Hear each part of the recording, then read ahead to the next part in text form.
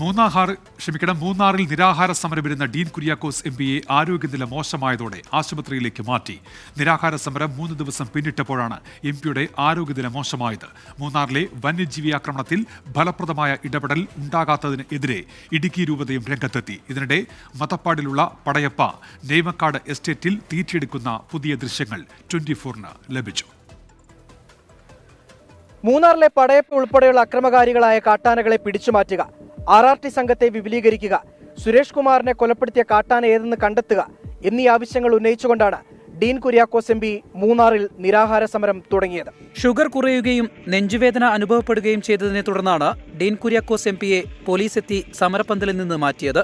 നിരാഹാര സമരം തുടങ്ങി 3 ദിവസമായിട്ടും RRT സംഘത്തെ വിപുലീകരിക്കുന്നതൊഴിച്ച് ഡീൻ കുര്യാക്കോസ് എംപിയുടെ ഒരാവശ്യവും വനം വകുപ്പ് പരിഗണിച്ചിരുന്നില്ല. എങ്കിലും ആവശ്യങ്ങൾ അംഗീകരിക്കുന്നതുവരെ പിന്നോട്ടില്ല എന്നായിരുന്നു ഡീൻ കുര്യാക്കോസിന്റെ നിലപാട്.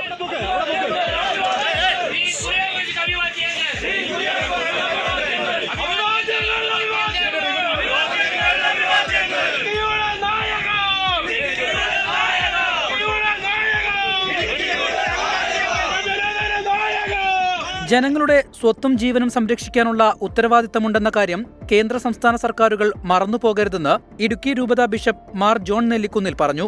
ഇതിൽ സർക്കാർ ഉണർന്ന് പ്രവർത്തിക്കണം, പ്രത്യേകിച്ച് വനം വകുപ്പ് ഉണർന്ന് പ്രവർത്തിക്കണം. വനം വകുപ്പിൻ്റെ ഭാഗത്തു നിന്ന് ജനങ്ങളുടെ ഈ ജീവന് സംരക്ഷണം നൽകുവാനുള്ള അടിയന്തര നടപടികൾ ഉണ്ടാകണം.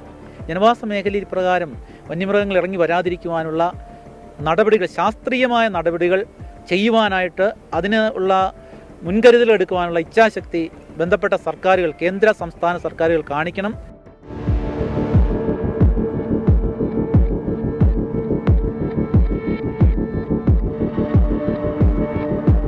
മതപ്പാടുള്ള പടയപ്പ കഴിഞ്ഞ കുറച്ചു ദിവസങ്ങളായി ജനവാസ മേഖലയിൽ തുടരുകയാണ്. Wild life photographer Vimal Raj പകർത്തിയ പടയപ്പയുടെ ദൃശ്യങ്ങൾ ഇതിനിടെ പുറത്തുവന്നു. ആനയെ അനാവശ്യമായി പ്രകോപിപ്പിക്കരുതെന്ന് വനം വകുപ്പ് മുന്നറിയിപ്പ് നൽകി. മൂന്നാറിലെ കാട്ടാന ശല്യം ഒരു ചെറിയ കാര്യമല്ല. തോട്ടം തൊഴിലാളികൾ ഉൾപ്പെടുന്ന ഇവിടുത്തെ ജനവിഭാഗത്തിന് ജോലിക്ക് പോലും പോകാൻ പറ്റാത്ത സാഹചര്യമുണ്ട്. വനം വകുപ്പ് അടിയന്തരമായി വിഷയത്തിൽ ഇടപെടേണ്ടതാണ്. രാഹുൽ വിജയൻ, 24 ഇടുക്കി.